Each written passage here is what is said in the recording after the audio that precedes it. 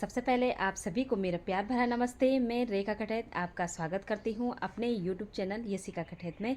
तो दोस्तों, आज मेरे ब्लॉग की स्टार्टिंग हो रही है सुबह की लगभग 11 बजे। तो आज मैं बहुत व्यस्त थी और थोड़ा सा परेशान भी थी, क्योंकि मेरे साथ कुछ ऐसी हो गया था कि जिस वजह से मुझे बहुत परेशान होना पड़ा। आज दिन भर मैं बहुत ही ज़्यादा व्यस्त रही। तो दोस्तों, मैं आपको बताती हूँ कि मैं आज के दिन इतनी व्यस्त क्यों थी और इतनी परेशान क्यों थी।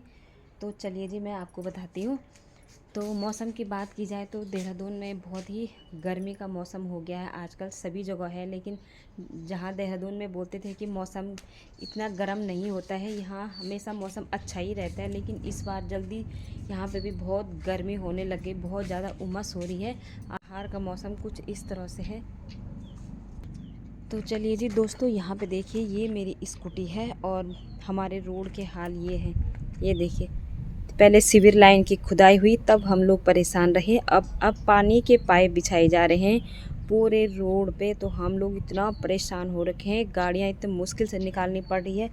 कई बार तो हम गिर भी रहे हैं, क्योंकि रोड के ऐसे बुरे हाल हो रहे हैं। ऊपर से जगह जगह पानी के पाइप भी ऐसे टूट जा रहे हैं। उनके चक्कर में ना पूरे रोड पे पानी भर जा रहा है और हम लोगों को इतना मुश्किल हो रहा है गाड़ी चलाने में। बहुत क्या हुआ कि जैसे मैं स्कूटी लाई और स्कूटी लेके मैं अंदर जा रही थी कि यहाँ पे इस हालत में मेरे गाड़ी का टायर फंस गया और ज़ोर से स्पीड में गाड़ी गिर गई।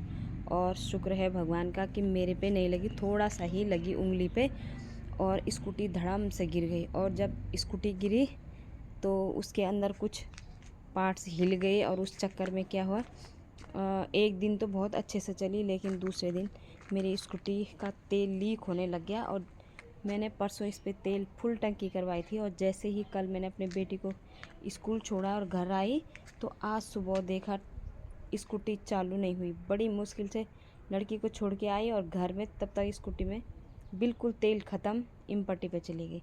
तो चलिए जी, अभी अभी पहुंची मैं घर पे। मैंने कहा था कि मेरी स्कूटी पे बिल्कुल तेल नहीं था। जैसी मैं स्कूटी ले जा रही थी तो स्कूटी बंद हो गई।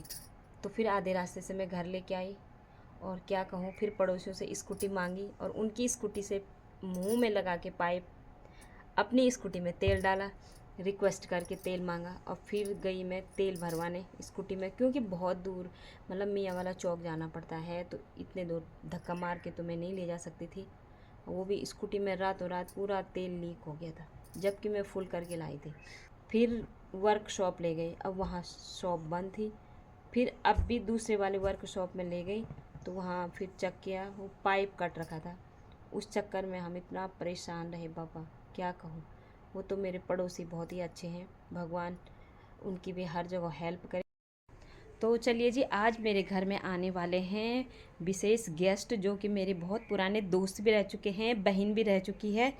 तो आज आने वाली हो मेरे घर में। तो चलो जी, वो पहुंच चुके हैं और मैं उनसे मिलवाती हूँ जी। आइए। तो ये देखिए मेरे, हेलो। ये मेरी बहन भी है और मेरी आर्मी की दोस्त भी है।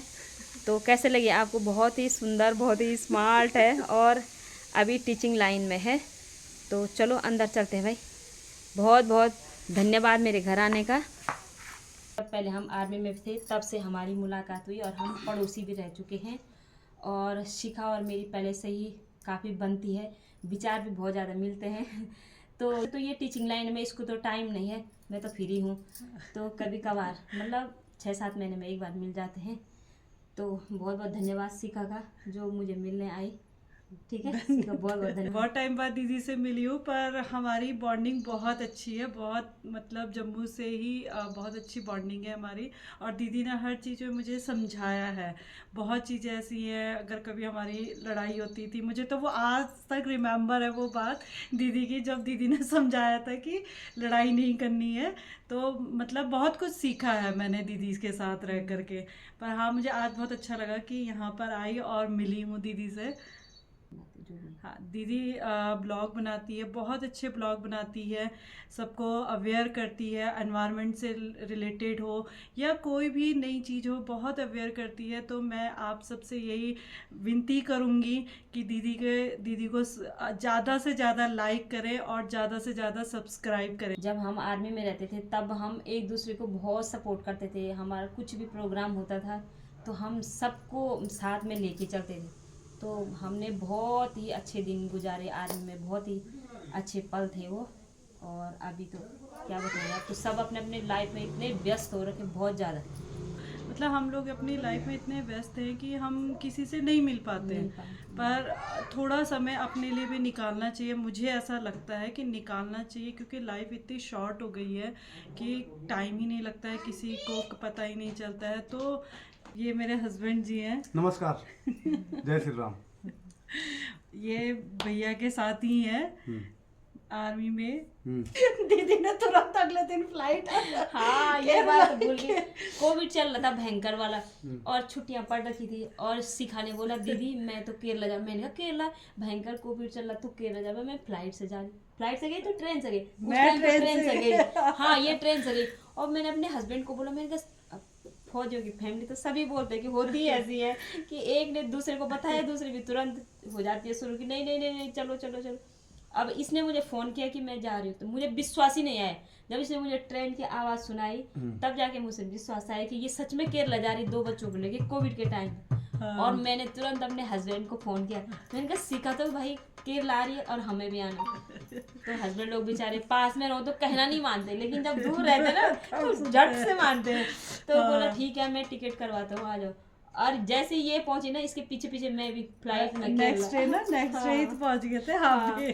तो हम दोनों मतलब काफी विचार मिलते भी हैं और एक जैसा काम भी करते हैं। और एक कहानी और है, हम दोनों ना टीचिंग लाइन में थे वहाँ पे कहाँ, जम्मू में। और वहाँ पे भी हमने ना बहुत मस्ती की भाई। वहाँ की कहानी भी बहुत कुछ अलग ही थी, पर हमने बहुत इंजॉय किया आर्मी में, बहुत ज्यादा बहुत इंजॉय इंजॉय किया। ने को भी मिलता है, बट हम बहुत मतलब वो मेमोरी आज तक हमारे मतलब इतनी वो यादगार जो पल है ना, शायद ही कभी शायद हम ही। भूल पाएंगे उन और पलों एक को। वो पल था जब हम जैसे कुछ कंपटीशन होता था हाँ। तो पता क्या, छुपा छुपा के, जैसे अब पहले तो एक कंपनी में रहते तो हम बिल्कुल जोश खरोश में बोलते अपनी कंपनी जीतनी चाहिए, है ना। हाँ, और जैसे अजब से दूसरी अलग है। कंपनी में चले जाते थे तो छुपा छुपा के कि मेरी कंपनी फर्स्ट आनी चाहिए। भाई ये क्रेज होना चाहिए, क्योंकि उस टाइम हम आर्मी में तो क्रेज था। लेकिन अब तो घर में बैठे हैं तो क्या जीना, सही मतलब बोल रहे। जो जहाँ पे है ना उस लाइफ को जरूर जीना चाहिए। हाँ। जैसे आप लोग कोई जो देखेगा मेरे मतलब आर्मी वालों की फैमिली, अगर आप फैमिली मेंबर बने हैं तो जाना चाहिए, हर जगह भाग लेना चाहिए, जीना चाहिए लाइफ, है ना। कोऑपरेशन मतलब हाँ। सीखता है, एक दूसरे की हेल्प करना, ये सब चीजें हमने होना चाहिए कभी। फौज में बहुत चीजें सीखी बहुत हैं, कुछ मतलब सीखा। हेल्प करना सीखा है। और एक दूसरे को लेकर के ही हम आगे चल सकते हैं। वही कह रहे हैं कि हाँ। अपने टाइम का थोड़ा पल निकालें और ये है कि अपने दोस्तों से या अपने हाँ, अपने रिश्तेदारों रिश्तेदारों से में मेल-जोल, मेल जोल बनाए रखें, रखना। क्योंकि अकेले हम लोग नहीं चल सकते हैं। अकेले कहीं ना कहीं किसी ना किसी मोड़ पे हमें किसी की ज़रूरत ज़रूर होती है। तो ये है कि अपना समय निकालें, अपने परिवार को मतलब एक साथ एकजुट होकर के लेकर के चलें, हम तो यही कहेंगे। और आज थोड़ा सा वो दुख भी हो रहा है कि जैसे अभी वहाँ पे अटैक हुआ पहलगाम में, तो उस बात का भी दुख है। तो भाई इसीलिए हम बोल रहे हैं कि अपनों को टाइम दो और जो पल मिलता है हंसी हंसी खुशी जियो। हमारे साथ तो हर दिन यही टेंशन रहती है। जब हमारे हस्बैंड लोग बॉर्डर पे होते हैं तो हमें तो हर दिन वही रहता है कि क्या होने वाला है, क्या होगा। तो हम भी संवेदना व्यक्त करते हैं उस परिवार से जिनके साथ ये घटना हुई है। अब चलते हैं, सीखा जाने वाली, उसका टाइम हो गया, उसके बच्चे कब से लगे उसके पीछे, चलो चलो चलो घर चलो। तो दोस्तों आई होप आपको मेरा ये ब्लॉग पसंद आया होगा। पसंद आया तो like, subscribe and share and comment also.